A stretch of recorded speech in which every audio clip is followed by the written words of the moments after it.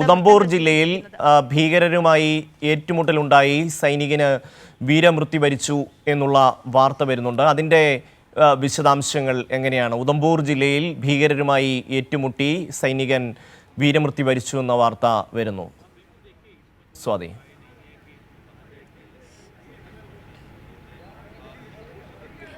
ഷമി, ഉദ്ധംപൂർ മാത്രമല്ല, ഉദ്ധംപൂർ അടക്കമുള്ള വിവിധ പ്രദേശങ്ങളിൽ ജമ്മു കാശ്മീരിൻ്റെ അതിർത്തി പ്രദേശങ്ങളിലും ജില്ലകളിലും വന അതിർത്തികളോടൊക്കെ ചേർന്നുകൊണ്ട് കഴിഞ്ഞ ദിവസങ്ങളിൽ, അതായത് ഈ പെഹൽഗാം ഭീകരാക്രമണം ഉണ്ടായതിന് തൊട്ട് പിന്നാലെ തന്നെ ഈ ഏറ്റുമുട്ടലുകൾ ഉണ്ടാകുന്നുണ്ട്. ഭീകരവാദികളും അതോടൊപ്പം തന്നെ സൈന്യവുമായുള്ള ഏറ്റുമുട്ടലുകൾ ഉണ്ടായിക്കൊണ്ടിരിക്കുകയാണ്. അതിൻ്റെ തുടർച്ച എന്നവണ്ണമാണ് ഇന്ന് ഉദ്ധംപൂരിലും പുലർച്ചയ്ക്ക് തീവ്രവാദികളുമായി സൈന്യം ഏറ്റുമുട്ടിയത്. ആ ഏറ്റുമുട്ടലിൽ ഒരു സൈനികൻ വീരമൃത്യു വരിച്ചെന്നുള്ള വേദനാജനകമായിട്ടുള്ളൊരു വാർത്ത കൂടി പുറത്തു വന്നിട്ടുണ്ട്. അത്തരത്തിൽ ഏറ്റുമുട്ടലുകൾ ഇപ്പോഴും തുടരുകയാണ്.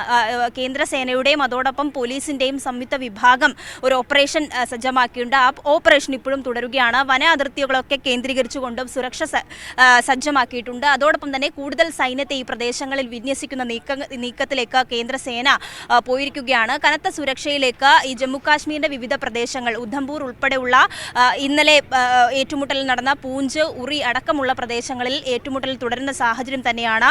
ഈ ഭീകരവാദികളെ, അതായത് ഈ പെഹൽഗാം ആക്രമണത്തിന് പിന്നിലുണ്ടായിരുന്ന ഭീകരവാദികളെ, 6 സംഘമെന്ന് പറയുമ്പോൾ ആ 6 പേരെയും പിടികൂടുവാനുള്ള നിലയിലേക്ക്, പിടികൂടുന്ന നീക്കങ്ങളിലേക്ക് തന്നെ സൈന്യം പോകുന്നു. അതിന് കൂടുതൽ ശക്തമായിട്ടുള്ള കേന്ദ്ര വിന്യാസമടക്കം, സേനയുടെ വിന്യാസമടക്കം. ഭീകരരുമായുള്ള ഏറ്റുമുട്ടലിൽ ഒരു സൈനികൻ വീരമൃത്യു വരിച്ചു. സ്വാതിയാണ് വിശദാംശങ്ങൾ നൽകിയത്.